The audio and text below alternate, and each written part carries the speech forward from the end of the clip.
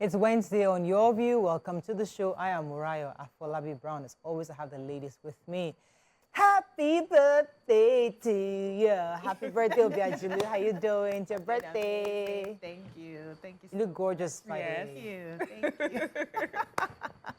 So, what are you doing? I'm doing great. I'm grateful to God for life. I'm grateful to God for everything. And I was looking back at my life and I'm like, okay, you're doing great. You are here. You are where you have prayed to be for the longest of time. And even when I got there, I didn't realize I had gotten there yet. You know, I'm just so grateful for everything. The love, you know, from family was amazing. My Odogu. Tell us what happened today. I won't give the full gist, but I told him, I said, you know, God used it to compensate my hard life growing up.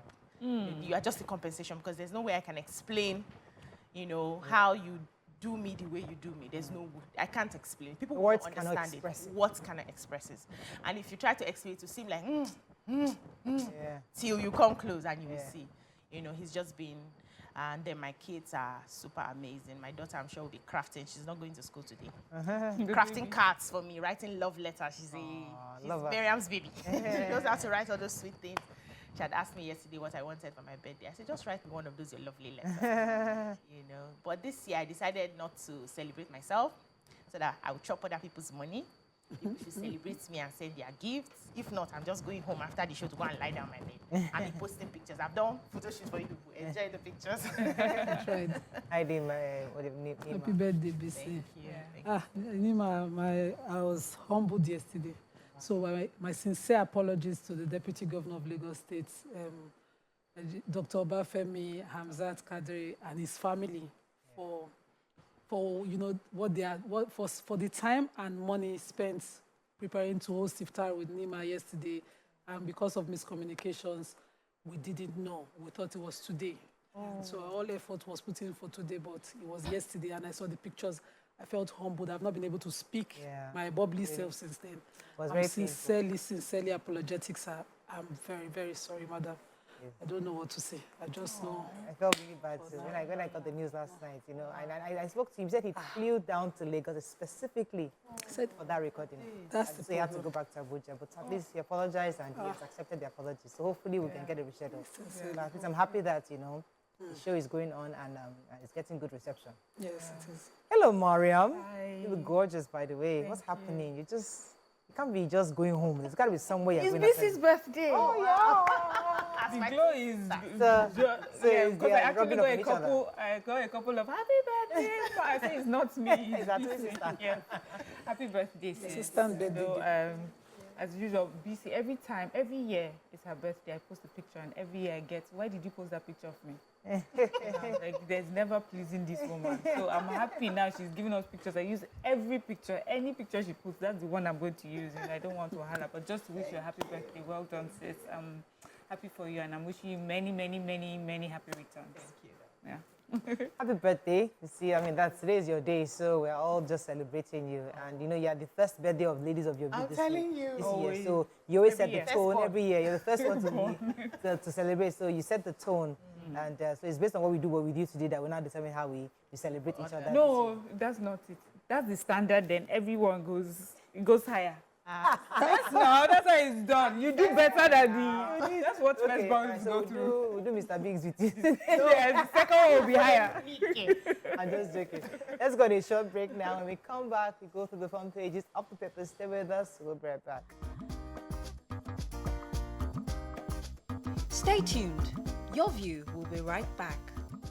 Thanks for staying with us. We're going to start with the nation.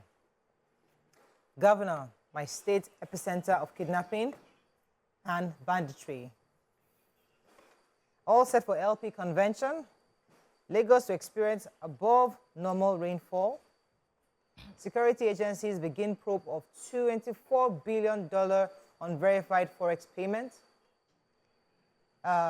Interest rate rises to 24.75%. PDP to review party leadership in wards, councils in 26 states. Adams, Igboho face-off deepens despite Oni's peace move.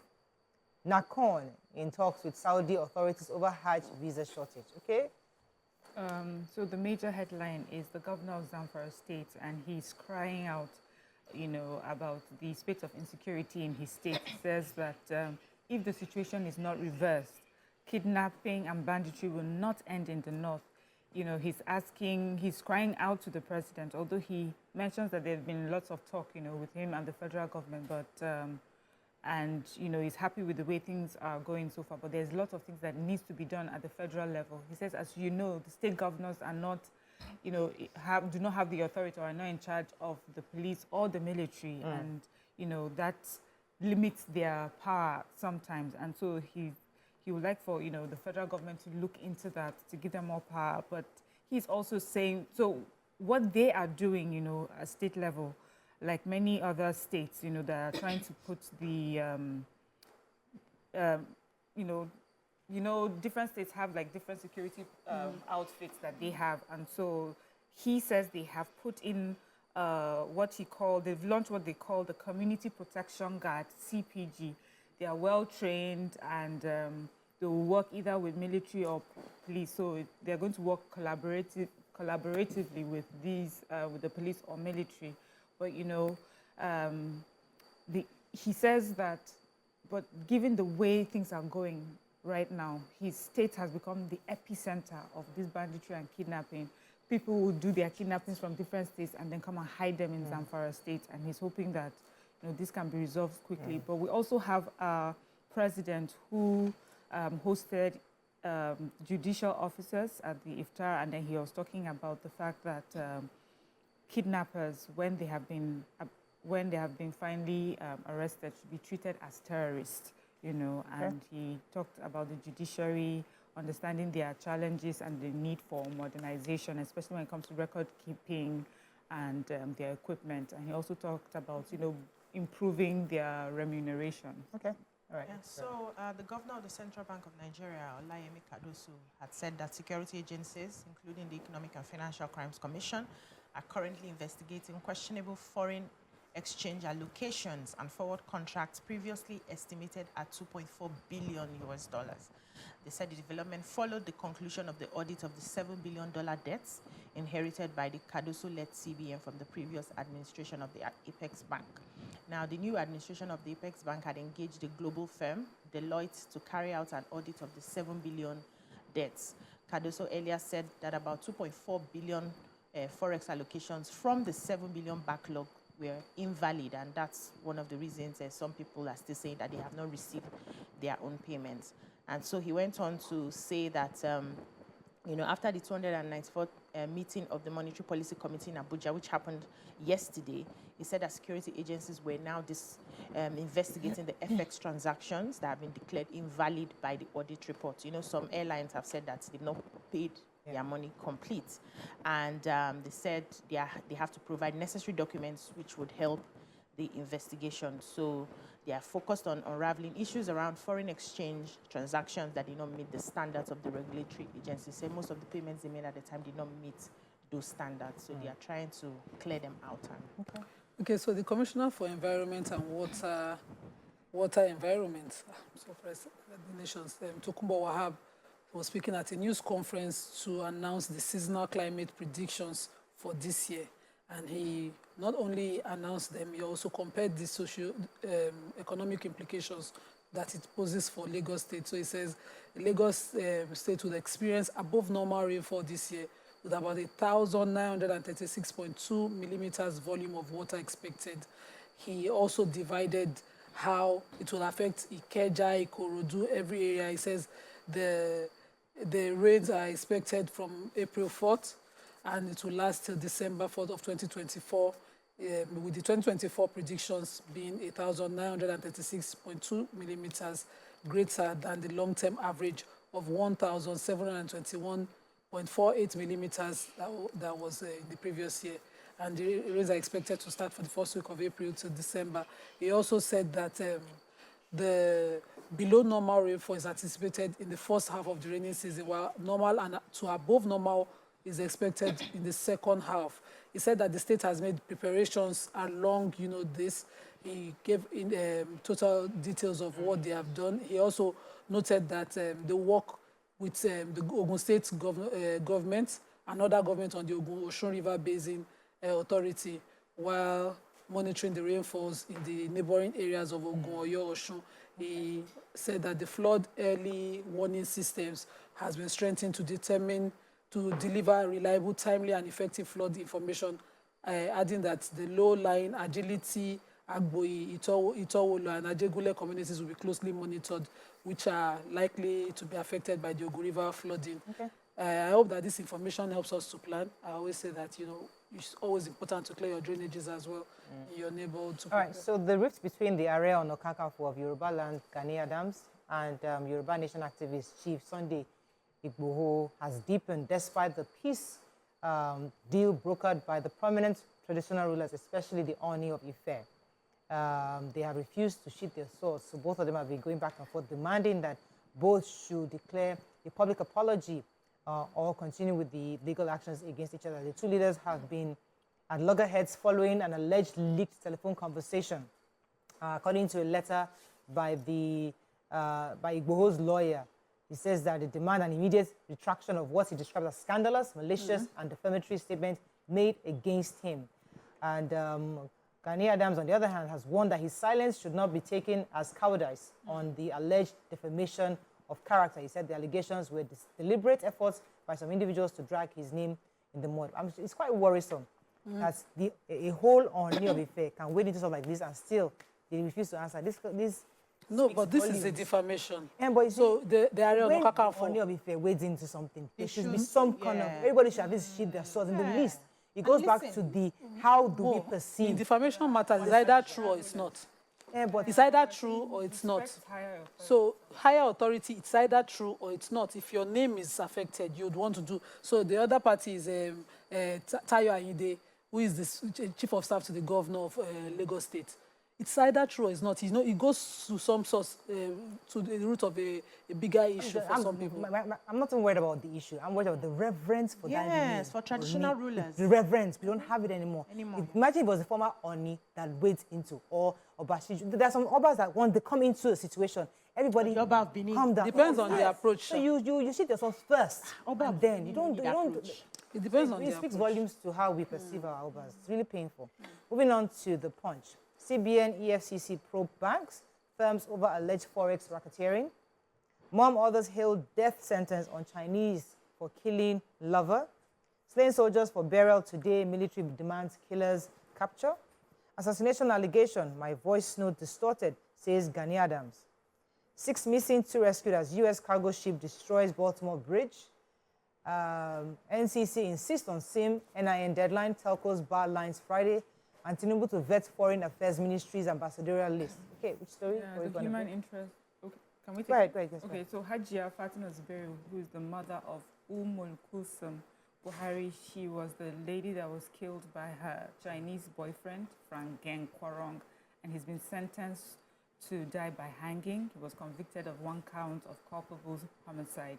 The mother expressed her, she says, her satisfaction. She says for her, justice has been served. Of course, she's heartbroken that her daughter has died, but at least she has that.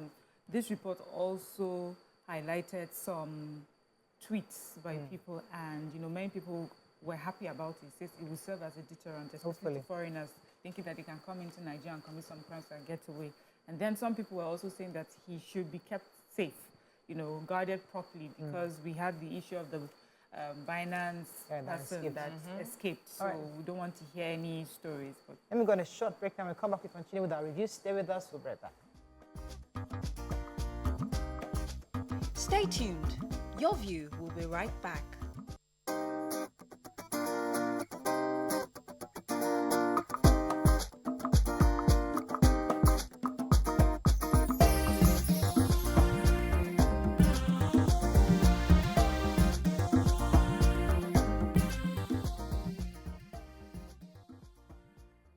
Thanks for staying with us. We're still reviewing points. Let me take the picture story. So, a container ship lost power and rammed into a major bridge in Baltimore yesterday and Tuesday, causing it to snap and plunge into the river below. Several vehicles fell into the chilly waters, and rescuers are still searching for survivors.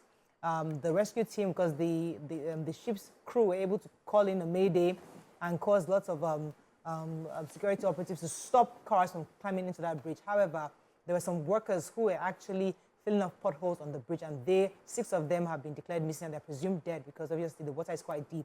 But this happened, the crash took down the Francis Scott Key Bridge, enabling authorities to limit vehicles on the span on the Maryland on that bridge. So it happened at night, so there wasn't a lot of traffic, there wasn't a lot of commutes going on at that time. However, cars were able to be stopped at least before climbing onto that bridge. I mean, that was good. Some people said there were some cars on the water floating, but we don't know if there were people in there. But 6 people have been confirmed missing and presumed dead.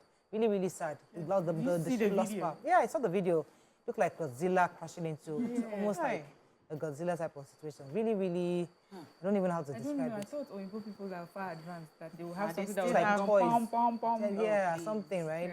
Yeah, still talking about deaths. We know the 17 military personnel that were killed by Arit youths during a communal clash in Okoma, Delta State community. They are said to be buried today. They'll be burying them today at the National Cemetery in Abuja. And this statement was posted on Nigerian's Army X's handle yesterday. And they are saying that the burial will be held by 3 p.m. President Bola Ahmed Tinubu is also supposed to be one of the special guests for this burial. So really sad. May their souls rest in peace. Really sad indeed. Okay, moving on quickly now to Daily Sun. 2023 elections, PDP to sanction members who worked against victory. Governor Mbaz signs bill to establish teaching hospital in Enugu North. Banditry, Zamfara under siege. Governor Lawal cries out. Oil theft delays full takeoff of Dangote refinery. Ineligible forex backlogs stand at $2.4 billion, says CBN. Nigeria-UK strengthening collaboration on migration and anti-corruption. And court sentences Chinese to death by hanging for killing Nigerian girlfriend. Okay, which story?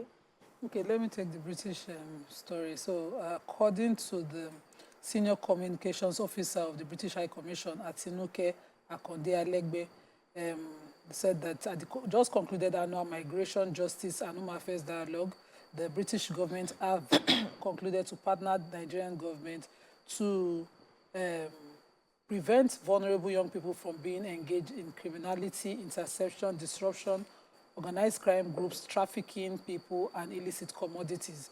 So these 2 governments or 2 countries are willing to work together to reduce or even totally wipe out the possibility of human trafficking and abuse of vulnerable people trying to go to Europe for sports activities, as I know. And she added that both countries also recognize the need to improve engagement and information sharing between their respective governments and high commissions. We know with the case of Mekwere Madu in view, we know that the British government are very strict on things like this, and I'm hoping that they can really, really help.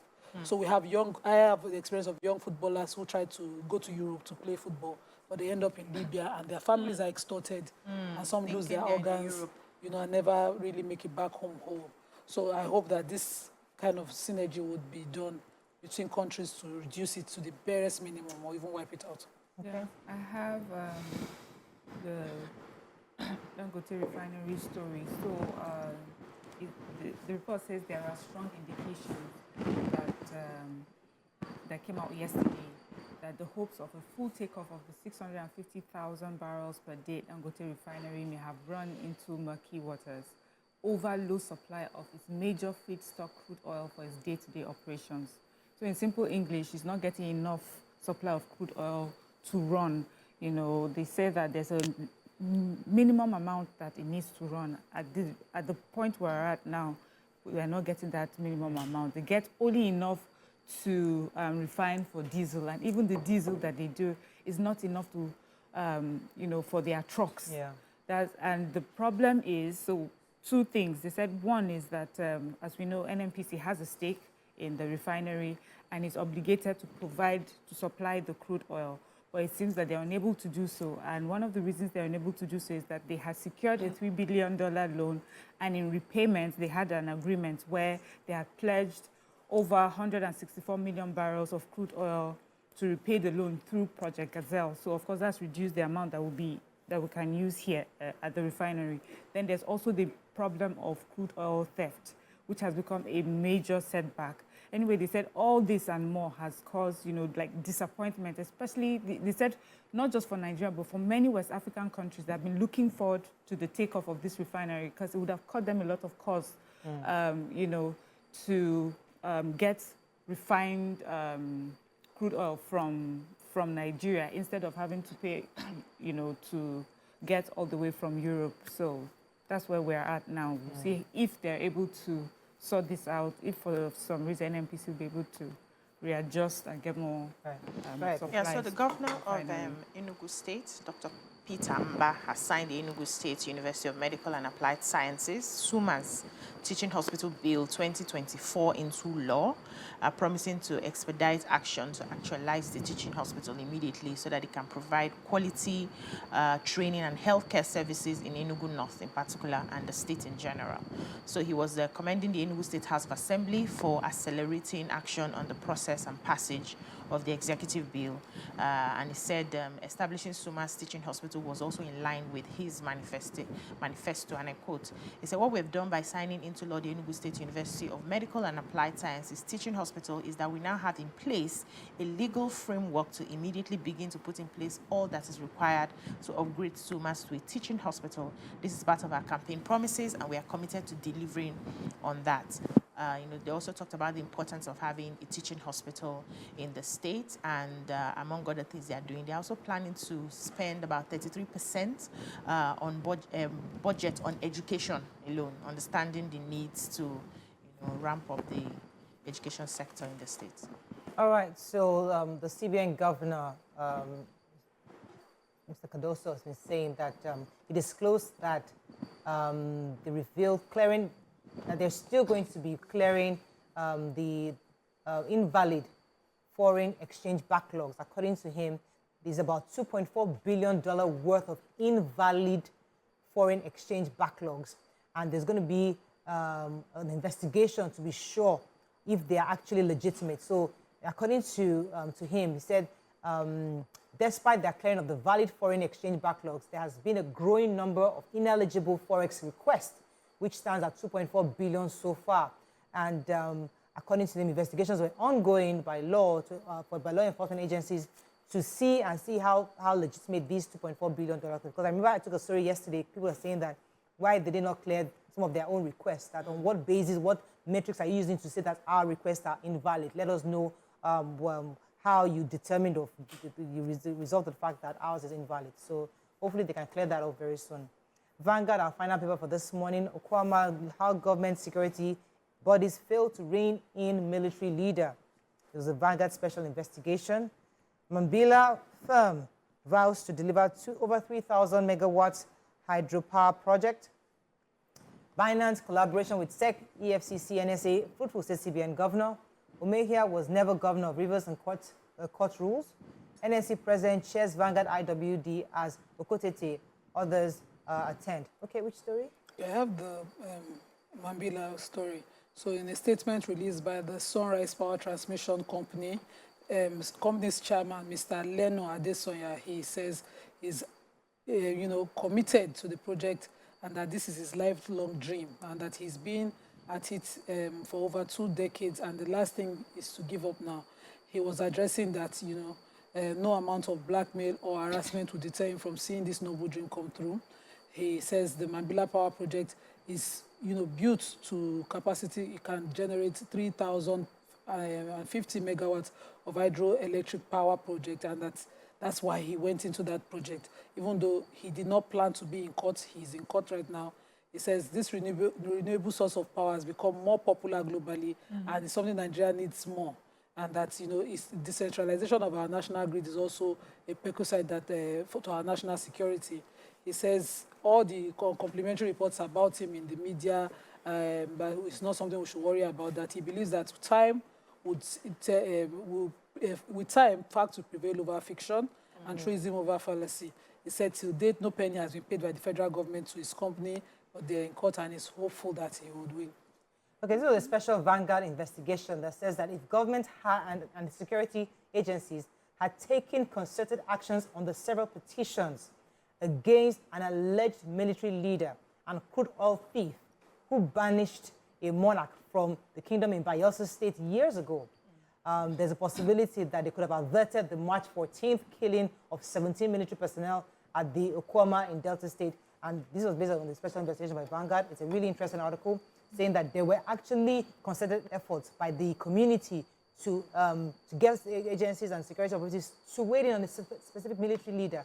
That was never done, and he was probably the one that led to the killing of these 17 gallant soldiers. All right, that's all we can take on Front Page Review. When we come back, continue the show. Stay with us. We'll be right back.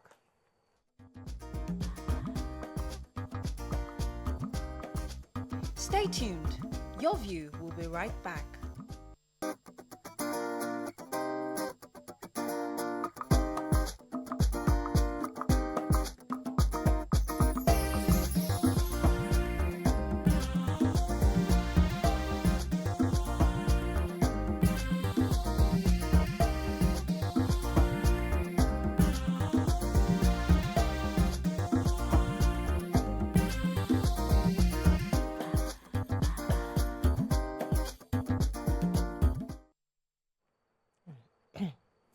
Thanks for staying with us. So our hot topic today is on body shaming. And the reason why this had become a topic for us to have a conversation on is because recently a celebrity, an actress actually, went online talking about how another actress many years ago had body shamed her into bleaching her skin. And that's what caused her, I mean, obviously she was said, they said some really, really bad demeaning words to her that caused her to feel there was a need for her to bleach her skin. And then this situation reminded us of the situation where many people feel body shamed into doing something horrible to themselves. Either because you're plus size, you're body shamed, and then you have to go and take drugs to force yourself to lose weight. It affects people's self-esteem. But we're having a conversation about it because there's social media now. Many of us were body shamed somehow in our life. Either somebody told you you're too tall, you're too skinny, you're too fat. But there was no social media to vet. And now, so it's been taken to a different context where there's social media to report to those who are body shaming. So what are your thoughts on this whole craziness? There's an issue of body shaming, and there's another issue of announcing it and then making the person feel like, trying to find the right word. But the idea really is that right now people are calling out everybody who has ever body shamed them. Is it right? That's what the conversation. You can call us on 081 0764 16479, 090 241 You can also tweet to us at TVC Connect. Please hashtag YourViewTVC so we can read your tweets. So body shaming is one thing. Reporting the shamer, whoever is shaming you, is a whole different another game because we've all been through this. And it goes back to the issue of how vulnerable we are or how vindictive some of us are, because we always try to bring back stuff that people just take it as, it's part of growing up. People will yab you, they will insult you. It's part of that makes you more resilient in life to face hard things. What are your thoughts? Let me come to you. Mariam, want to start? Okay. Body shaming, until maybe like a few years ago, we saw it as part of being, especially in our culture, like it was part of growing up. We used to call it yabis. If you have big ears or tiny ears, someone will call you out on it. If you had, big feet, though, if you're tall, especially, that one I got a lot of. I got not just family members, friends and colleagues, people that loved you and didn't love you will call you out on, the features of your body. And then people said it and then we moved on. We did not think it had anything. The shamer didn't think it meant anything. But the shamed, will carry it for a very long time. And I can understand this particular story of the lady who said, because of the yabs, she bleached. So it tells different stories, different layers. So it shows that our words, whether we like it or not, they mean something. Yes, sometimes we say these things without any evil intention, but when it finally drops, you don't know how it will drop on the person, that picks it up. Now, secondly, for the person that picks it up, you can decide, there are two things you can decide. You can decide for that shame to make or mar you. You can decide, you know what, I'm not going to allow their words put me down. I'm not going to allow their words change who I am, the core of me. But the sad thing really is that for many of us, is either we're too young, really immature. We had not really come to our own maturity to have the strength to resist some things, to just put it aside. And so we allowed that thing to affect us. There was a time I would be walking hunchback and my mom would hit me on my back. It was because I was constantly told I was too tall. Not, oh, you're tall or you're very tall. No, you're too tall. You know, so I thought, then how do I make myself smaller so that I'm not seen as too tall? I'll go to bed and I'll sleep like this and I'll pray to God, please, God, please just make me a bit shorter today. Oh, wow. And I'll wake up and I'll find that I'm even taller than before. And that affected me. You know, but there are some people. Then I met my friend Louisa, who was far taller than I am, who is far taller than I am. And she was like, what? They are jealous of you. How many of them can start, you know? She says, when we walk, she will tell me, like, look at us walking down the street. Do you see how everyone is looking at us? Those ones, they see it. That's why they're saying, but that was her own way of handling it. And it helped me. So it depends on who you meet at the time of their lives that you meet. But sometimes this shame, I understand it from cultural point of view, that is normally not done, usually not done from a place of hate. But that does not mean that it doesn't happen from a place of hate. And you know, you said the second part, which is... Come back to the second part. Let me the initial thoughts. Okay, before she finishes the show. Go ahead.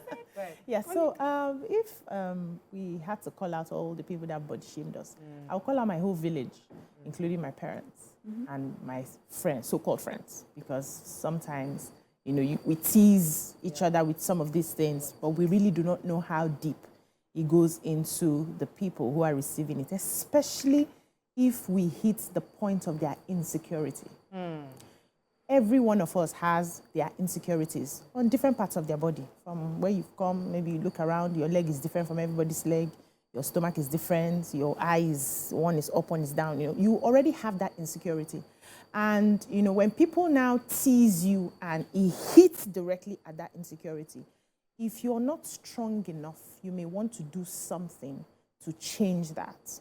Because now it becomes an emotional pain. It's not just, we are laughing and playing about it, but then you have hit someone at where the person has been, you know, trying to even convince themselves that this is okay. Can I manage this? Can I go through life with this? And then you are constantly hitting, poking at the wound there.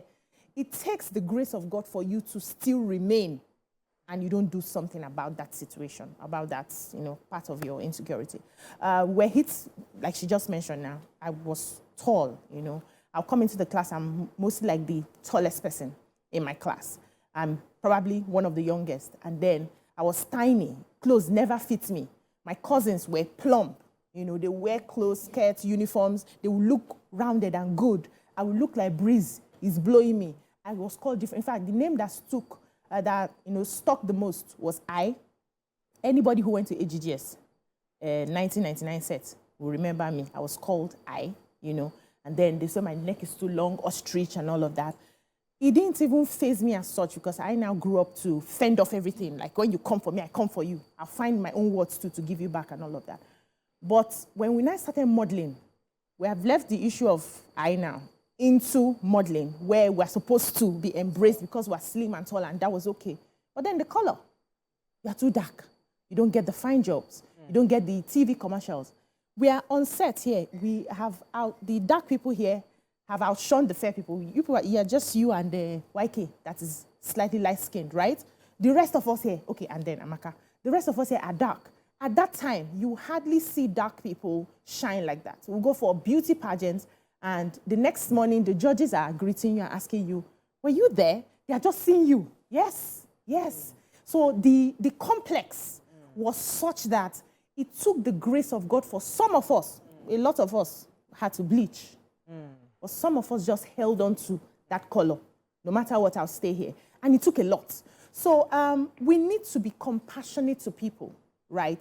I've made a few mistakes of, you know, hitting at my friend's insecurity in the name of joke. And when they say, I don't like this, I still go back. Till I had a conversation. And she was like, I kept telling you, you were not listening. I was still going with the way we used to play back in the day where it doesn't matter. In fact, it's when they tell you they don't like it that you do it. A few months back, I posted a fine picture. I've always thought that I had the perfect set of teeth, and my teeth was white enough. I posted a picture on my social media, and somebody went there and said, your teeth is not shining. Please go and do teeth whitening. I asked the question yesterday when we had a guest. talking about teeth whitening. Because then I now started thinking about it. I now went back to look at the pictures. My teeth not white enough. We think they are words we just speak anyhow, but it hits people differently. We must be compassionate to people and how we say some things. Some opinions are not needed. Okay, let me come to Nima. Nima, what are your thoughts? Do you think, on the other hand, that it makes you more stronger when people tease you? You know, because in life, you're going to always meet people who are going to laugh at you. So if we make it such an issue, does it weaken us, or is there a way for us to, are we supposed to face these teasers so that it makes us stronger in future? So teasing, when it's not enjoyed both ways, is bullying. So I experienced a few, but not this way. So for me, this lady wanted to bleach. She had her insecurities because she's in an industry where Funke Akindele is doing well with her dark skin. And they must have called her all sorts of names, but because Funke is who she will give it back, you know. But a lot of them in that industry thought like light skin was what. And they know how they mix it at actually. Yes, for them. Yeah. So if you had the insecurity, whether or not somebody played or teased you, you want to do what you want to do. So I, for instance, growing up, if you tease me, I'm ever ready to give you back. I remember I was so thin, like, you know, girlfriend, no get back. And even I would say to myself, no girlfriend, no get back. It'd be like Modella. I will finish it for you just to, you know. Never did I think to do something about what people complained about me, except when I wasn't comfortable with it. So if she wasn't comfortable with her skin, she had that insecurity, it's not because she was teased. You know, because we are in the season of trend now. Femi Adebayo and Co are trending. I'm just wondering how Mide Martin will start trending because, you know, she said this to her at a movie location. But you were an adult at the time. But listening to, because it was on Biola's page, her one-on-one screen, listening to her entire conversation, this lady had been through a lot of things. So she's in a place where her mental state can be in question, you know. So maybe she had some insecurity she allowed herself. But growing up, the way I was growing up, anything you tell me about myself, thank you very much for saying it, I will enjoy it. Because I used to think, I remember when, even till my wedding, I had no hips, nothing. And my auntie went on and on throughout the wedding day. Hey, Bami, wore bomb shorts. Look at how she looks straight. She doesn't have any shape, you know. And I was enjoying it. I was saying to myself, when the hips start to come now, it will become overload. I don't even want it, you know. And I think I would really love my child, for instance, to have that kind of, you know, hit. When you throw something at her, she should be able to take it. I don't want, you know, not everybody, but to be a plus. I like us because there's another part of the conversation on now that we have social media, we're now using it to start reporting everybody, because this happened years ago. So should we all now get on social media and start calling out those who have teased us, who have body shamed us? I don't have anyone. That's the conversation now. Stay with us, we'll be right back.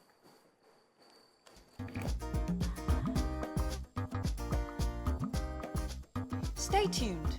Your View will be right back.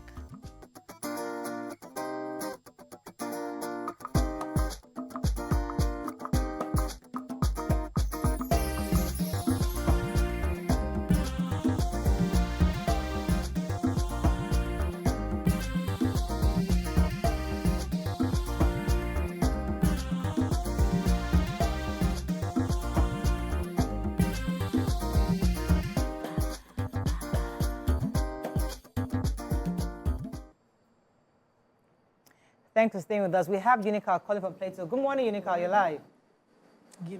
Ginika. Hello, good morning. Are you there?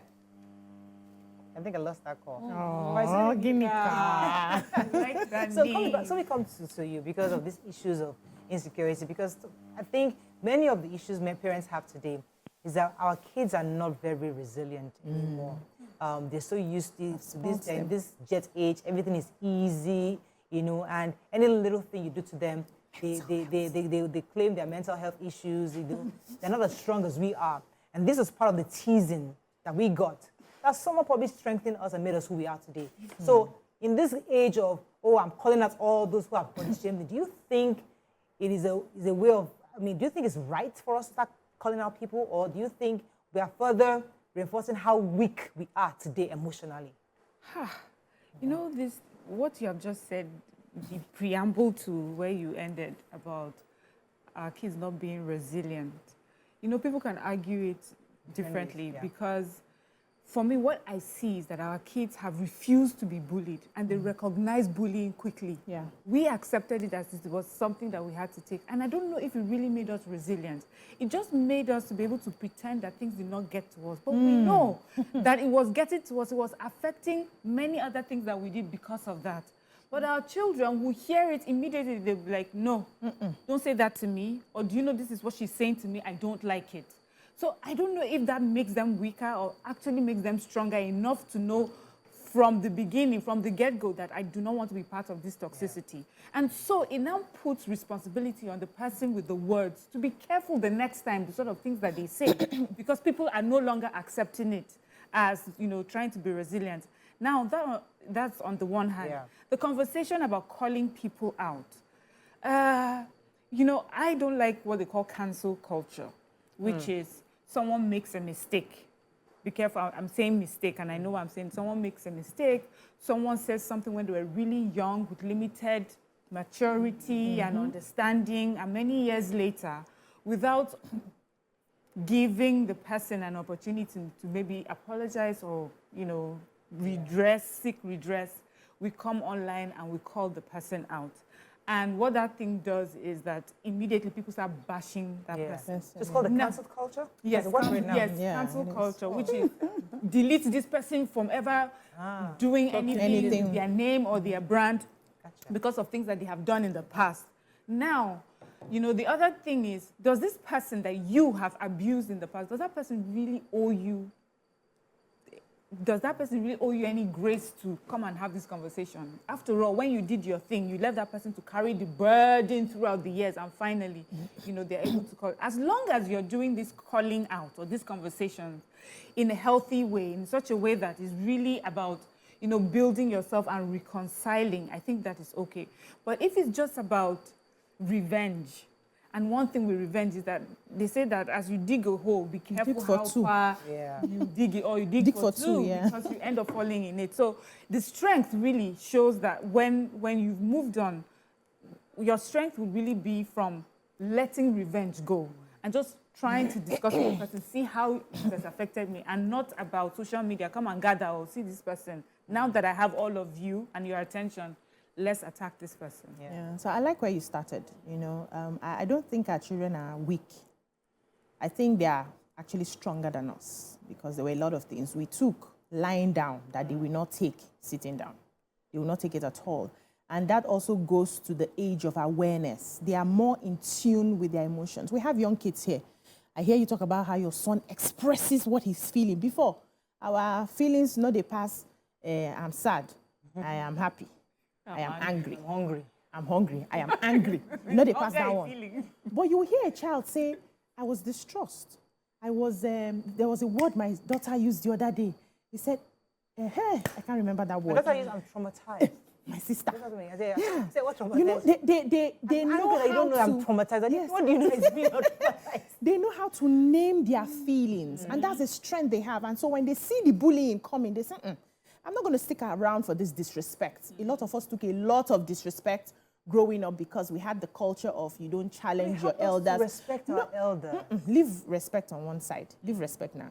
Respect has got nothing to do with what we're saying. What we're saying is we actually did swallow a lot of things that was translated, it's like energy, was translated into other things and how we behave to other people because of what we're collecting. We're not very nice people. All these ones were claiming our generation were trained the best. We are not nice people. We talk down on people. We disrespect people. We laugh with those and greet those we think are above us.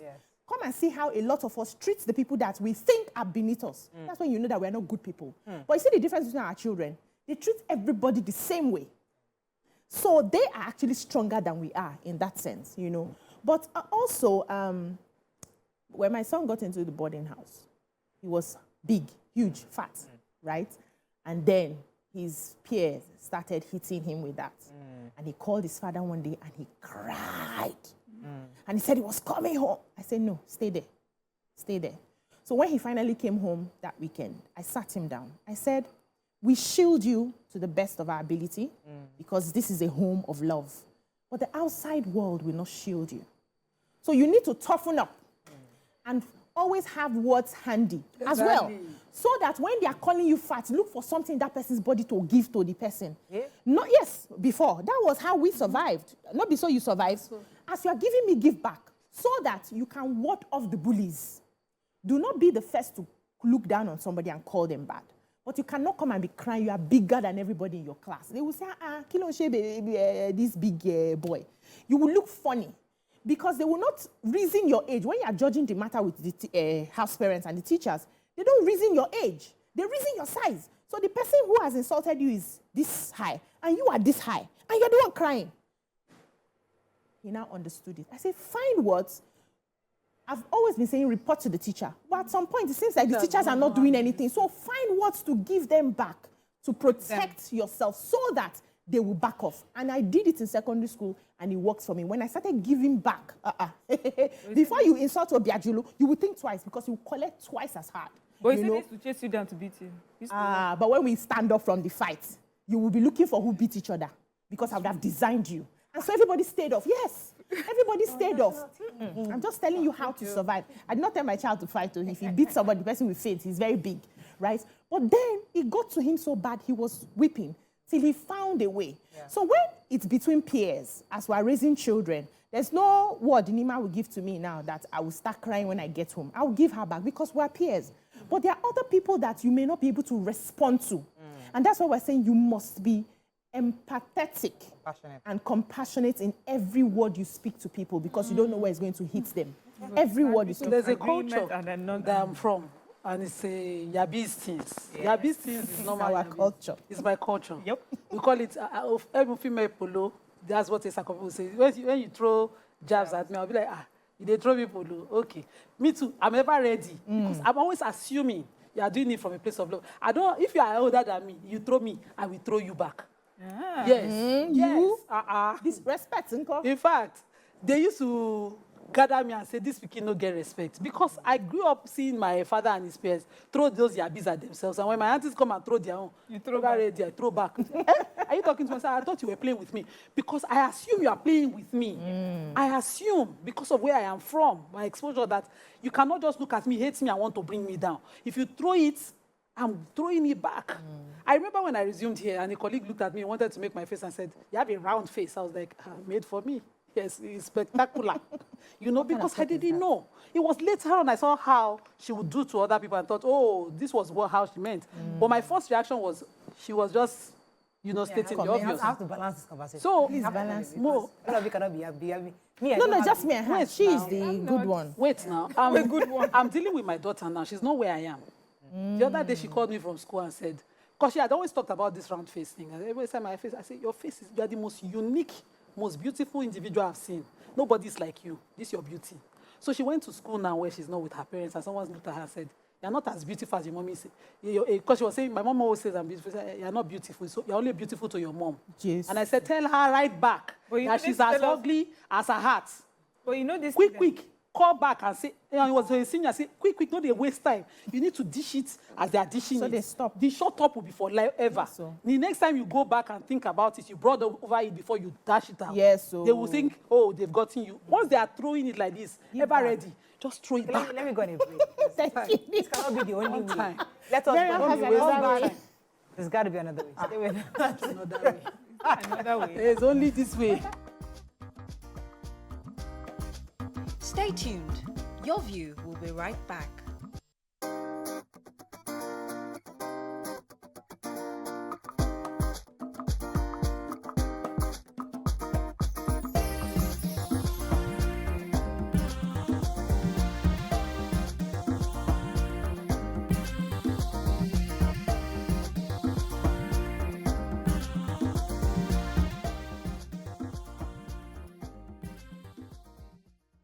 Thanks for staying with us. We're still discussing body shaming, and we're moving into bullying, teasing. These are memories that many of us have. I've actually had all our lives, and today it affects the adults we have become. From the story we're talking about, the celebrity said she had to go to skin based on what somebody had mentioned to her years. So discussing, so Bisi and Nima had said that, listen, the best way is to, once these teasers come, when these bullies come, you give it to them immediately. Yeah. But I'm saying, okay, maybe there are other ways, because I didn't have that background. I mean, I went to Corona Primary and Corona Secondary School. This kind of things, you just... You be a jebon. You can't even, when you say the cane master is ready to spank you, report your, there's so many processes. So I never had that back and forth. I never really engaged in the back and forth. But the truth is that people's words affected me. Even as I speak to you, those words are ingrained in my subconscious, and it affects how I see things, how I see life. So I'm learning from you that maybe if I had given the strength to fight back when those words were told to me, I won't be where I am today. So, and our children are almost having the same background that I had back then, where you can't really fight back because there are systems in place to stop you from fighting back. And listening to them speak, it's just making me realize that if they were given tools to protect themselves, what tools were we given to protect ourselves, apart from report to the teacher, the teacher that may not always be there? What were the tools that I could have appreciated as a child on the playground when one person said one thing to me that was enough, because we recognize our dignity also at that age, where I'm not a running to teacher to report. I can stand and defend myself. I feel that somehow in that our upbringing, they did us a disservice. Because I was not encouraged to talk back at people until tomorrow. Like when I'm in a confrontation with someone, I'm so careful not to say mean words to the other person because I know how it feels for me. So because it feels bad for me, why would I want to do it to you even when you're doing it to me? But I think with growing up and with maturity, what I've learned is your words, if they're not true, they don't affect me, But I think it's important to also be able to have good words, positive words that I can use to push you away or to protect myself. Oh, look at you, you're too tall. Like you said, yes, tall enough, because that's how God made me. I'm beautifully made tall, Someone said to me once, you're so tall, only men are tall. You never have a tall man to marry. You'll be the tall one, the man will be short, so everyone would laugh at you. And even though I remember, I think I said some things to her, but I remember feeling so bad at that exchange. Like, why did I allow myself to, to be like her? And it bothered me. So for me, what gives me peace is knowing who I am. So I will tell my children that know who you are. But also I think it's nice to once in a while. So every time they attack you, don't say anything. But once in a while, say something that they realize, I may be quiet, but I'm not stupid. I may take your abuse. I may hear your abuse, but I will not take it from you, So once in a while, our children need to understand, first, self-esteem, work on their self-esteem, their confidence, understand that they are beautiful and they're strong and they're perfect the way they are. They are meant to be just that. Anyone that tells them otherwise is just a reflection of yourself. I can see why you would say such ugly words. I love what she said earlier when she said that have words. I think that's amazing. Have words ready, good or bad. Just have them in your kitty. Equip yourself with words. Either you choose what kind of words, because if I tell my child that, you know the words to use. Anytime people come at you, my husband always tries to, when he's in a good mood, he calls me all sorts of names, tries to celebrate me, tries to tell me, oh, you're beautiful, and I'm thinking, there's somewhere in my head I think, you're just lying. Like there's something in me that just says, I don't believe that disbelieves him. It's just there. No matter how many times he says it or tries to encourage me, there's a wall that he bounces off. It has never gotten in it stems from that insecurity of what was said to me as a child and it became the software. You accepted without protecting yourself. So exactly. So it just because we're a child. How does a child protect themselves? No, I understand. I'm saying, but at this point, so it went into you and it germinated. Yes, and it became a software. Like I must deliberately find a way to eject it. But whatever it is, you have to do work on that. So it's important as a parent to any child to be their bouncer till they are able to stand on their own. So when I say it like I was born bouncing off, no, that's not true. I remember I had low hair. I had the shortest hair among my sisters. My two elder sisters had their hair all the way to their waist as babies. Your dad told you. And I had low hair. If you try to plait it, everything will just have pops. I'll have ball all over my head. So they had to keep me on low cut throughout. And so they would just call me a boy. So my father started buying me boy clothes and we'll go to the stadium together. So I started having me and daddy's time all the time. and it was okay for me. But growing up, if my father just hears somebody say, "Yes, he resembles boy," you say, "No." You put me in front of the mirror, look into the mirror, admire yourself. You say, "Do it like this, yeah, do shakara, do," you know. So over time, I started defending, you know, building that. Once you just tell me, I say, "Wait, yeah, I saw a mirror this morning. You are talking about yourself," you know, because somebody was there, you know, hyping, reinforcing that you are too much, you are too beautiful, you are too smart, you are too everything. I heard it from the most important person. So I'm trying to do that with my kids. No matter what, because the world out there, as BC said, is a very tough world. Nobody sends you in the world. So when you come home, home is your safe place. As a parent, you must be conscious that the world might want to test it of your kids.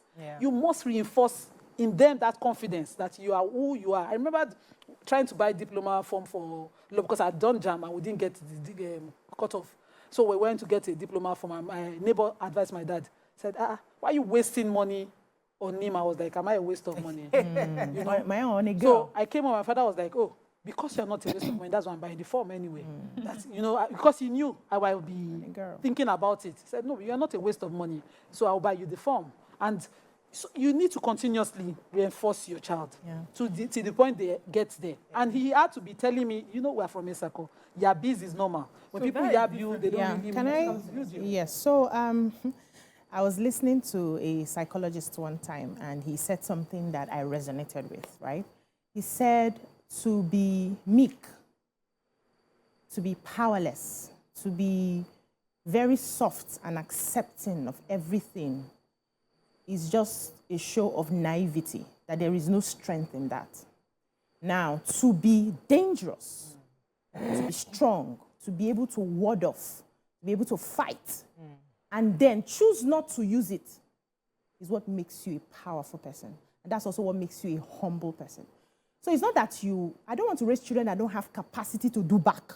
I would have failed them.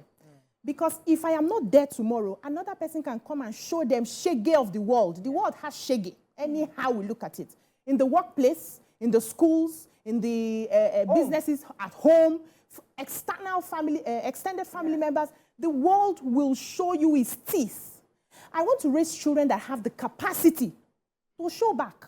You show lion teeth, in rowing, then we now know who to step down. And give them that choice so that they can choose to do good. So the emphasis is on you have the ability to give them back what they are giving to you, but you can choose to go the other way. And also sometimes you show them that if you come for me, you will collect double. And that's where you protect yourself.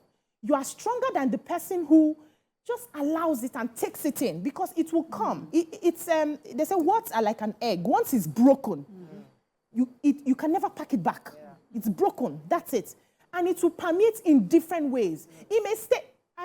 There's a testimony I always give when I'm coaching people where, you know, after secondary school, I joined this office, and then they were teaching us how to go and market to people and all of that. And what they gave me was to market something in education.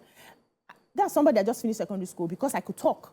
To market something in education, and I'll go and meet principals of schools, elderly men, and they'll be looking at me talking. When I finish, they say, "What do you know? What's your certification?" No, I beg, all these people. So I could not sell. And then I came back to the office to meet my Oga. And my Oga looked at me and said, BC, you cannot sell anything. Guess when I broke out of that? It was like an innocent statement, right? But it followed me till I finished school. I got married. I graduated. It was following me till I did my coaching course. We broke it in Larry Olushola's class when we were doing NLP. And to test that I had broken it, I did my Nurturing the Nurturer program, and I sold out the hall.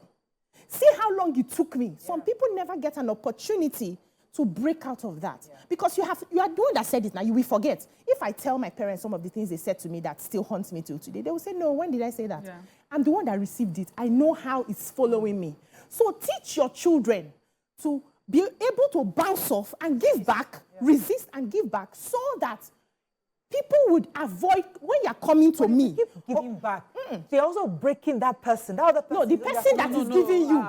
You are not breaking anybody that you not break. It's the person that is attempting to break. To solve a problem. Now, retaliation with the top. Yes, thank you. The person who gave, he also might be naive, because he's also coming from somewhere. So if you give but back, he's enjoying they're further damaging that person. No, see, the difference is when you are giving to somebody unprovoked, you have a problem. It's not my body I'm going to heal you. I'm not your doctor. So I give you back so that next time when you want to give another person, you slow down. This person has the capacity to give me back. Let me move. All these bullies, they have a problem that I am not there to solve for them. Don't bring your problem to me to solve for you. So if you are coming for me, know that I'm not your best target. Go somewhere else. Okay. That's what I'm trying to say. I see it differently. Like I said before, that it's, and you know, you sort of said that part, which is empower your child to the point where they understand that this does not mean anything to me, and I'm choosing not to be like you. So I like that part. And I don't want the tool to be like them. Show them that you can even be worse than they are. Because what happens is that it stays in you, that behavior, and before you know it, you even do it to people who do not deserve it. And even those you think are deserving, if you were to sit down and have a conversation with them, they may not be deserving. They may be cry for help or something like that. I just don't want me or my children to be like them in order to protect themselves. Yeah. I want them to understand the sticks and stones may break my bones, but words may never, hurt me. That is what I want my child to do. I want my child to hear those words and know that it has nothing to do with me, but more to do with you that's saying it. So I understand that the work that I need to do now is from me. The constant reassurance, the constant validation, I have to do that. I will not expect it from anyone outside. I just don't want to create a monster in order to deal with a monster. Sorry, Miriam. I'm not saying that that's what you're doing. I'm just saying that that's my fear. So this from experience, this is one that pains. If you have somebody, and I feel that you were bullying me, and I never replied you, I will never be myself again. But see, you might be feeling wrongly. You might have taken that biabi as a wrong. Yes, that's a possibility. So if it was a wrong intention, if you do it to me, I do it back. We are playing. Yes, you understand? Like so both of us are enjoying yabis. No, yabis is a part of a culture where I'm from. It is not intended to bully. No, it's not intended to bully. It's not intended to bully. Except by malicious people. No. Except somebody is being malicious. Yeah. It is a culture of play and jokes where I'm from. I've said that. So if a person does it to me and it is not a joke, and I go home, and I did not do anything. You will not be okay. It's like two people fight now. We reach where we want to talk, and you have already slapped me. Then I say we should end up at talking like and I've not slapped back. These two people. No. Then I said I have not slapped my own back. You will not be okay. That sorry did not reach my mind, even if they say it. You see, it says somewhere I'm putting it aside because if as me when you slap my own back, then I say two of us should settle. Then it's equal. Equal. Yeah. So let me add something small to. Sorry, before you go. What if the person slaps you, and then they come to talk, and then punish the person for slapping you? That would be good. Yes, that's justice. I say sorry. So you should all get make up. That's justice now. It's not reach mine. So let me add a little to eye for eye. Miriam has said. So whether we believe it or not, we are both good and evil. Everybody has the capacity to do good and do evil. However, you would want as much as possible to raise your children in a way that the good outshines the evil, right? Yes. But the capacity is there. So if some people choose to use their own, and you want to use your own for a bit, to keep them in their place. You see, these things have long-term effects where you're constantly allowing it because you want to be good, right? And not every child is equipped with, I tell my children all the time that they are beautiful. My first daughter got to an age when she believed she was not fine. There was nothing I could do about it. It was her teenage years. They had their mood swing, gay pairs, their mood swing back to back. She would look herself in the mirror and just... And now this is a girl that I've been calling a queen since the time she was a baby.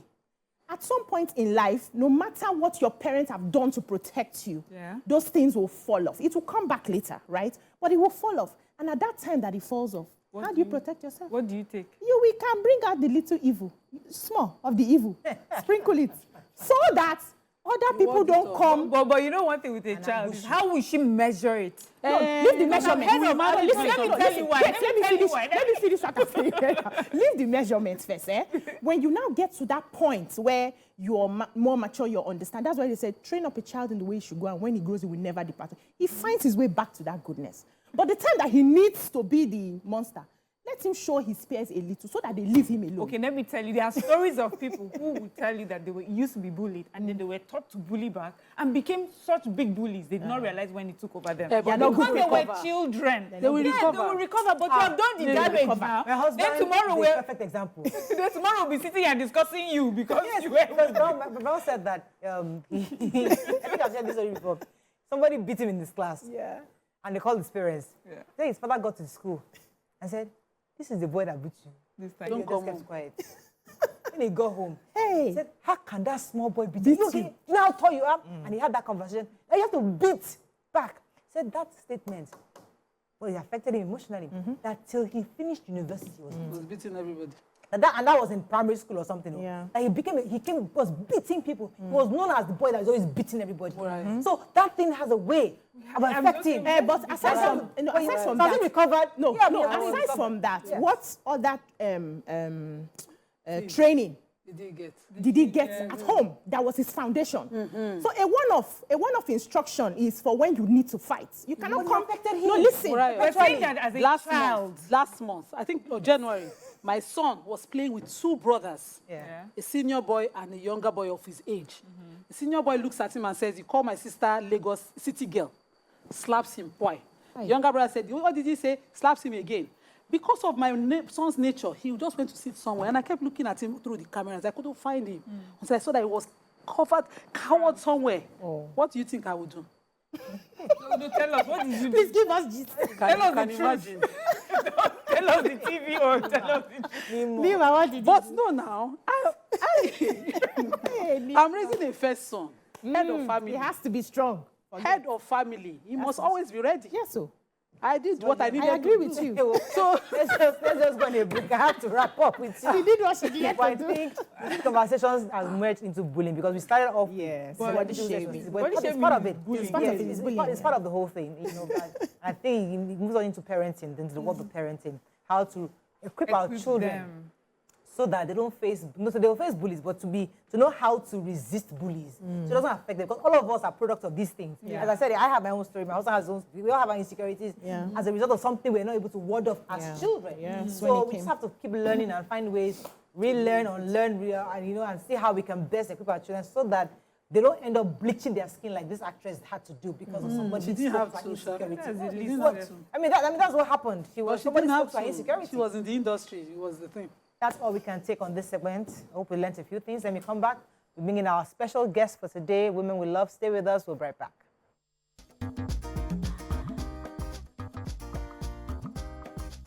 Stay tuned. Your View will be right back.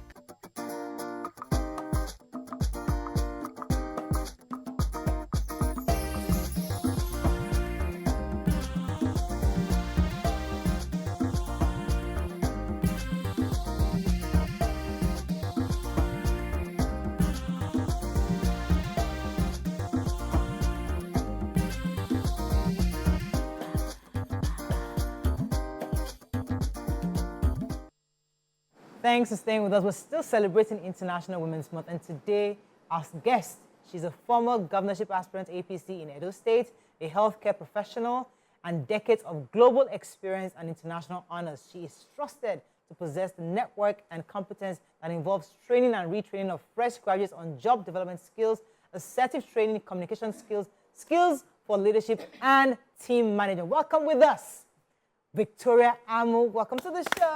Welcome. So good to have you. Hello, everybody. Love your energy. You came in like so graceful. Regal. Yes. Good to have you on the show. So much. So tell us, I mean, as I said, we're celebrating International Women's Month, and every day when we see women who are doing great things, we just call them just on the show to inspire young people. So let's start off with your background, where you were raised, and the schools you attended before you moved into your career.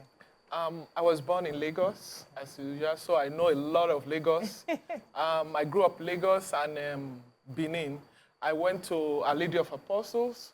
I went to Mount Carmel Primary School in Butemeta. I lived in the Butemeta region because my father used to be a police commissioner, and my mother worked in the railway, so we lived around the Butemeta region. Then after some time, I sojourned into the US.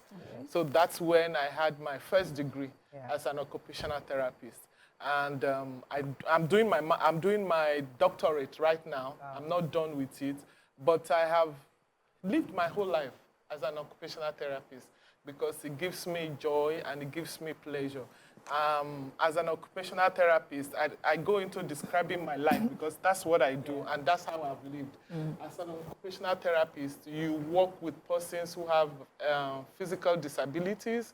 That's somebody who has a cerebrovascular accident, stroke, wow. your stroke. Young adults, older adults. You work in physical disabilities. You work with persons who have stroke, who have traumatic brain injury. When we work in pediatrics, we work with children who have Down syndrome, children who have polio, who have mental retardation, the ones Nigerians call imbecile. They're actually not imbecile because there is strength in everything that they do. You need to look at the person beyond their disability and fish out the strength in them and use that. And the core thing in OT is that individuals are lined up to know. You must know your strengths and you must know your weaknesses. You must use your strength to build up your weakness to a state where it's functional. It doesn't become depressive. Right. And then when we work with persons with psychosocial, there are a lot of people that we live with today that are schizophrenics. You know? They don't know. Undiagnosed, yes. There are a lot of people we live today with that have bipolar.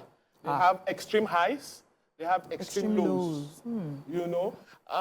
But in Nigeria concept, nobody is tagged a psychiatric patient until they start to tear off their clothing. You know? That's the difference between a developed country and an underdeveloped country. In a developed country, your family members take you into the psych center and say, this person needs to be on tablets. Maybe when they're on pills. And it's not something derogatory. No. It's something that will help you have more years. You will not have suicidal tendencies.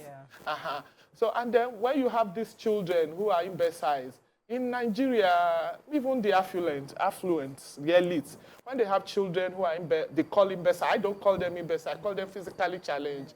They relegate them to the back. They hide them. Yes, they hide them. You know, and most times these children don't live as long as their siblings. Somewhere along the line, either the child commits suicide or they give the child something that the child ingests and becomes sick. And you know, but the thing is that they are not paraded. Like you say, oh, meet my daughter, meet my son. Those children are not paraded. But those children have a lot of strength in them that if you took the time to get to know them and pull out the strength in them, you'll be able to. And then we work with persons with fractures, persons with roadside accidents, you know, women who are pregnant and going to antenatal and are depressed. You have had women who give birth to children, and after giving birth to the children, they say, don't bring the child near me. I don't want to post-stress disorder. And then you have young girls who have been raped. You know, you have regions where you have children who are married out at 10 years, 12 years old, and they do not have the ability to carry children, and they come down with VVS. Their bladder starts leaking. So you have all of those things. So those are my sweet areas that I work. So it helps me interwove into different areas and different aspects of myself. So you have given a totally new definition to occupational therapy for me, because we used to just think it's those people that work with companies or any occupational hazard that might have happened until as you broke it down now. So how receptive are we in Nigeria to your profession? How is it as lucrative here as it is where you studied? I came back to Nigeria for the first time 2005. I came back with my young children. They were very young, and I didn't want to stay with them in the US because, you know, the developed country do not have the kind of social support that we have here. Here, you have your aunties, your sisters, somebody will come and live with you. You can go to work, you can come back, your children are still safe. Those days, not now, you know. So your children are still safe. But there, you must routine your work to the timing of your children. So for me, when I came back 2005, I came back and I just graduated 2000 as an occupational therapist. And my professor had said, what do you want to be? I said, I want to go and set up occupational therapy in my country. Yes, I want to be the head of department. I want to take occupational therapy. And here I was a fresh graduate, you know. With all the dreams. With all the dreams, yes. He said your dream must be bigger than your situation. You cannot, yes, you cannot. I was a student. I could have said, I'm going for youth service, I'm going for this. You know, he said, but you must put your dream higher than. Yeah. So I came back to Nigeria, brought my 2 children with me, and then walked into University of Benin Teaching Hospital. I said, hey, I'm an occupational therapist, you know. I can get you internal generated funds. There are a lot of children with disability. You see, I talk a lot. I'm enjoying it. And then the MD said, okay, I'll hire you. What do you want? I said, I want you to give me this. Yes, because I negotiate what I want. Yes, I want you to give me housing. I want you to give me car. Really? Oh, you're asking a lot, oh, madam. We really don't do this. I said, I'm new in this society. So I came back. When I came back in 2005, there were only 2 occupational therapists who at least have a bachelor's degree. You had hospitals, training assistants. And that's where I get upset with doctors. You never see them in hospital training assistant doctor. Have you ever seen it? No, never. No. But they will take all the other professions and be training assistants. You know, so when I came in, you had this bunch of assistants working in psychiatric centers because these psych doctors go outside Nigeria. Our psych doctors are very proficient. They go outside Nigeria, they get scholarship, they get funding, they get grants. So, and the grants in psychiatric hospital, you must have an occupational therapist. But what is more in Nigeria is your physiotherapist. That's the one we know. That's what you know. Yes, that's what you know. And the physiotherapists now do occupational therapy job. Make it impossible for occupational therapists to get hired. So when I came in, UBTH hired me. I started working in UBTH, started reshuffling things because there were 2. One was a 79-year-old woman who retired from the army, and she's in Obafemi Awolowo University. So she was the only one training. And because she was the only one with the qualification, she could only take 5 students per semester, yes. So they said, come and go to Obafemi Awolowo. I said, you guys are not going to pay me, so don't let me go and teach. Let me stay here. Those ones you teach, I can have them for industrial training, attachments, yes. I'll be able to give them perfect hands-on training and help them. So I was the only occupational therapist that came. So I was domiciled in UBTA. And then you had all these people who were assistants. And when you come to clinic, you know, they are struggling, which is good because the Nigerian professional, who is a professional, really surges hard to demonstrate their skill, you know, surging. And I said, oh boy, you're an assistant, oh. I want to work with you very well. Go out and go and get a BSc. Ah, madam, what do you mean? We know what you know. I said, you can't know what I know. You don't have the body of knowledge that I have. And what happened? A whole bunch of them went out. They went to India. We had a partnership with a university in India. They went to India. India gave them a BSc, and they came back. Oh, my God. And it was different. It was different. And then I became the president of the Occupational Therapy Association. Just like you dreamt. I did. And then I surged into all of the teaching hospitals. Okay. So a lot of the teaching hospitals today have a small unit that is, we're still struggling because physiotherapists get patients to convince patients that there's no use for OT. And there's OT. What do we do as OT? Let me ask you, with everything you're doing in this occupational therapy, you were saying it with so much joy. I could feel that this is a passion of yours and you're really doing well. Yes. Why did you now decide to venture into politics? How were you able to, thinking you would be able to cope with the rigors of politics and then this one? Were you at some point considering letting go of the occupational therapy if you had emerged? No, I hadn't. Remember, I told you I was at UBTH. I had to leave UBTH to go and work in a state hospital. Okay. And everybody thought I was crazy. So how do you leave UBTH? UBTH is a federal... The height yes, they have more money. I said for me, going to a state hospital will help my profession get the indigenes of my state benefit from... Your expertise. my expertise. So I went into the state hospital. And the state hospital was at that time, my cousin was the permanent secretary, gave me a soft landing because that's what Nigeria is all about. Made sure I could get my department and get it going. But what am I going to tell you? I missed all of that. I still find my people, even in the hospital, most people can't pay for healthcare. There's no insurance. When you go abroad, there is healthcare insurance that takes care of it. So when the person becomes sick in Nigeria, the person can't pay for healthcare. They go home, somebody sees them, somebody does not see them. Their situation becomes worse than they started from. So going into politics for me was to be able to reach my people. The goal is always to reach my people. The goal is always to better my people's life. What policies do government have on healthcare? You see women go into a hospital and they die at childbirth. Should any woman die at childbirth in this 21st century? No. Do you have doctors in the local government, in the hospital, in primary healthcare? No, you have doctors once a week. In some states that are good. Or you have doctors once in 2 weeks. So, and then, do the generality of my people need health insurance to be able to assess? If you go to your neighbor and she say, oh, I'm sick, or I'm having this, have you gone to the hospital? What will be the first answer? No. I have money. Yes, sir. No, I went to the chemist. I went to the chemist, yeah. So why would people not see a hospital as a first point of call? Lots of time. Let me get a few more questions for you. So, I just wanted if you could elaborate on your political journey.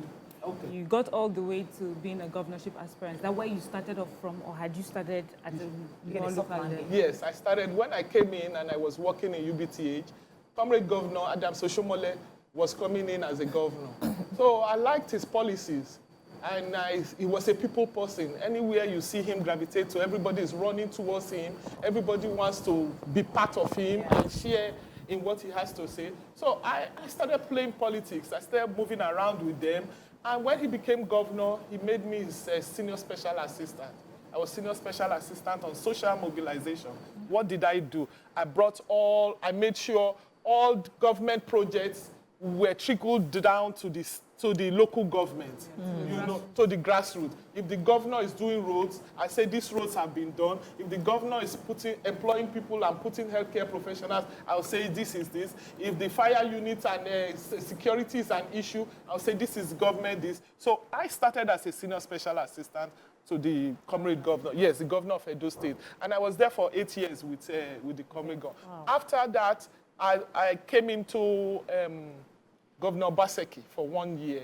And I did not love what I did. My experience was different with Comrade Adam Soshomole and Governor Obaseki. So I decided to resign. I went back to my work. Then I stopped to contest for the House of Assembly. Okay. I didn't get it, But I came out with a lot of lessons, because in anything you do, however positive or negative, you must come out with lessons that will build you. Yeah. You must come out with lessons that will soar you higher than where you are. Family in a second. I know you wanted to finish up the story. Yes, I want to finish up how I went to the governor. So I sat down one day, I said, we must have a female governor. Is it not right? Mm-hmm. It yes, is. We have to make a good female governor. We must have a female governor.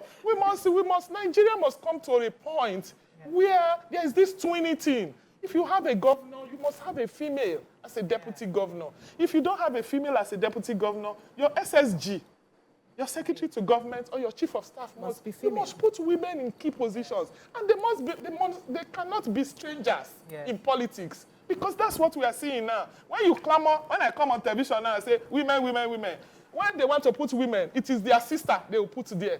It is one of those women in their harems that they will put there.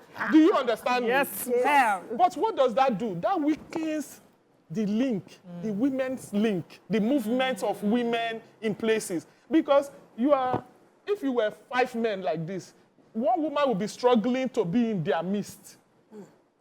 Struggling to be heard. Struggling to be part of them. First of all, one woman will be struggling to be part of them. And then when that woman struggles to be part of them, she has fenced everybody out. So for me, going in for governorship was to correct things like that. Yeah. There must be more women inclusion in politics because a lot of women, why do we have so much women in the banking industry? Why do we have them in the judiciary? Why do we have women in the nursing profession? Why not men? Why do we have women in the medical profession? Why not all men? Let's talk about family for a second because of time. We don't have all day. Next time you should call me back. You've already talked to your fans already. So let's talk about family, your husband, your children. Yes. How supportive have they been throughout your job and career, and how are things down today? It's been awesome. It's been awesome. Sure, you're glowing. Yes, I'm glowing. I used to be a single mother, don't forget that. Yeah. I just been married in the last 2 years. Oh, wow. Oh, we see the way they great. Just This is honeymoon glow. we like mature love. So it's been very supportive. Okay. You know, my kids have seen me grow. You know, from the days of politics when I stay late night. And I used to leave them at home. And one of my political leaders, a woman, Senator Oko, she's dead now. She said, Victoria, if you're going for political meeting, take your children with you. Don't keep them home because they will not know what you are doing. And it's very important for your children to know what you are doing. So I go and won this political meeting. I took my children, my girls, my last 2 girls. I took them with me. And they got there, they saw people shouting, what's wrong with you? You are this, you are that. You are that. The next time I go for a meeting, I say, come, let's go to a meeting. Say, that place where they shout. But you know what that meant? That means that somebody comes to my kids to tell them, your mother is always late night, so she must be going somewhere, or she must be doing... They say, you really don't know my mother. Yes, you really don't know. She's in a meeting, and that's where she is. So my kids have been supportive. They've been there. Because for us to soar high as women, the wings with which we fly and we should fly is the men that... Auntie Victoria, calm down. You're married 2 years ago. Yes. Tell us about the nails. She's really glowing. Like, I don't understand. This old love, this mature love. Yeah. How tell us about it? It's nice. Especially when you marry your friend. Hi. You've known him for years. Yes, it's nice. You know, you get to understand each other. You get to know travel. You get to, travel, have time. I love dancing. So if I'm in town, if I'm not in the US, he takes me to clubs and I do clubbing. Oh, wow. Yes, you guys, do you dance on this studio or you don't? My dances and boosting the dance. Is my artist. Are you You've inspired me. So You have to take up dance.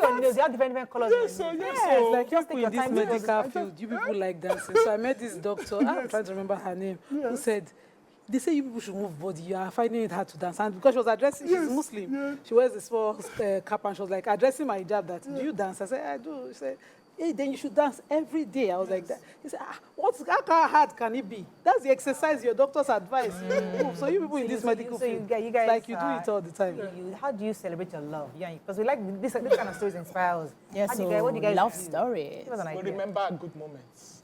And when we do, we go out to a place and we just hang out. We do a lot of like hanging out in places because it's just us. He has his child, he has had his child. I have had my children. So it's just us, about us. And about us understanding changing each diapers other. anymore. No, we're not changing diapers anymore. So it's about us better understanding each other, better knowing that we must be there for each other. Because that's what, and then we must trust each other. Because if you can trust, if you can be tolerate and you can be there for each other, I think that's what marriage is all about. It's not a smooth road. You know, there are issues, you know. Sometimes I tell people my husband has gone to, he's a spirit. You know, when you're here now, you're out. But at some point, those things should not matter. Because where you are in his heart, you must still be there. You know.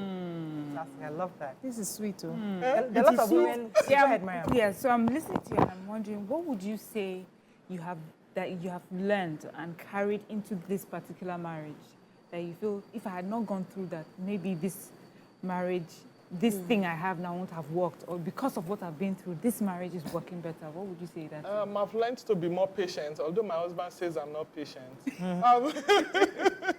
I've learned to be more tolerant, you know, more tolerance.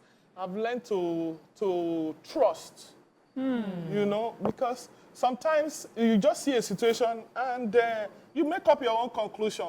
And then my husband will say, you asked me, stop concluding. I don't know where you get that conclusion that you think this is what I am doing or this is what I mean to do.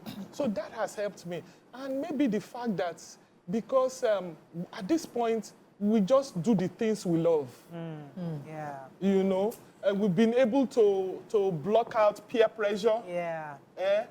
Family pressure. At this point, how would they affect you even? No.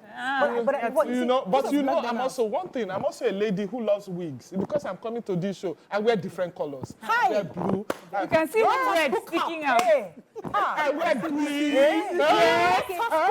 I got you. I wear blonde. I got you. So everybody looks, when I wear it, everybody looks at my husband and say, Oh, wow. They judge you based on how you ask do. so they say, how do you tolerate her? But he understands that's my personality. Let me ask you this question. Yeah. Because there are lots of women watching TV right now. They love your glow. Yes. They're over 50 or maybe only over 60, and they're not able to be here. Joy, peace, harmony, and just like, I've raised my kids, I'm still Loving life. Loving life. What advice did you give to them? Because how did you get to the point? I don't want to believe that you raised me like this from day one. No, I It's wasn't. got to be somewhere where maybe you were depressed and somehow you are now this woman we see. And people want to be like that in 50s and 60s. Yes, I used to tell my kids, I said, in fact, if I know what I know now, I should have done it. I should have known. I should have been free 25 years ago. You know, because I was a single parent, raised my kids by myself. You know, no support. You know, but in all of those years, it was all of my work. I wasn't as glowing as this. So I wasn't the girl you see and you say, this girl is pretty. No, because I had the drowning of school fees to pay. I had to mentally keep my children stable. Life. You know, to be able to face the world. Yeah. I have a child that's pretty much heavy. Yeah. You know, that's a fat girl. She's the chef in the house. She went to culinary school. So I had to, from young, teach her how to be self-confident, how to be assertive, you know. So even when you tell her you're fat, she said, thank you. It doesn't matter. And it truly doesn't matter. It doesn't change her mood. It doesn't change. So all of those years, I have struggled with keeping my family, keeping my kids in line, helping them to choose a career. The goal was so that they will feed themselves and I can enjoy myself. Yeah, and look at it. Now, yeah. So what do I tell all these women? Please, find a partner if you can find a partner. The world is not bad, but you can enjoy yourself. Finding a partner does not mean that you are reduced now unless you want to reduce yourself. Yes. Where you now say, I'm not going out. I wear bomb shorts, so girl. How fast? I wear sexy clothes. Victoria. You go to church at all? I do. No, I'm a winner. I do. I didn't get that. There were times I used to There were times that I used to go to Shiloh. I have not done it in the last 2 years now because I've been half abroad and half here. I used to sleep on the floor. The first time I went to Shiloh, I slept on the floor. My children, we got there, I took my children. My children said, Mommy, where's the room we're going to sleep in? I said, there's no room. Mommy, we're going to sleep on the floor. I said, yes. But those days have paid off. You have earned your blessings. Yes, I've Enjoy earned it. my blessing. It was talking for me. There was one particular year. I told God, say, I'm always in Shiloh. I'm always praying. Morning service, I'm there. Afternoon service, nothing changed. In fact, that year got worse. But when God is ready for you, the main thing is when God is ready for you, He's ready for you. We are inspired. We are inspired. Thank you very much. Lovely to Pleasure meet having you. you. We'd love to bring you back. Thank you. Yes. Please take your numbers. We'll be buzzing you. Yes. Because we need some energy from you. Yeah. But thank you so much. It's a so pleasure much. having you. It's a pleasure. That's all we can take on today's show. I hope you learned a few things as we They are have. loving how you- And you are motivated. Those of you, especially in your 50s and 60s, that feel the world is on your shoulders. Listen, life is beautiful. You can enjoy life, make your decisions, adult decisions, and you'll just be grateful you did. Have a fabulous day. We'll see you tomorrow. Bye for now. Oh.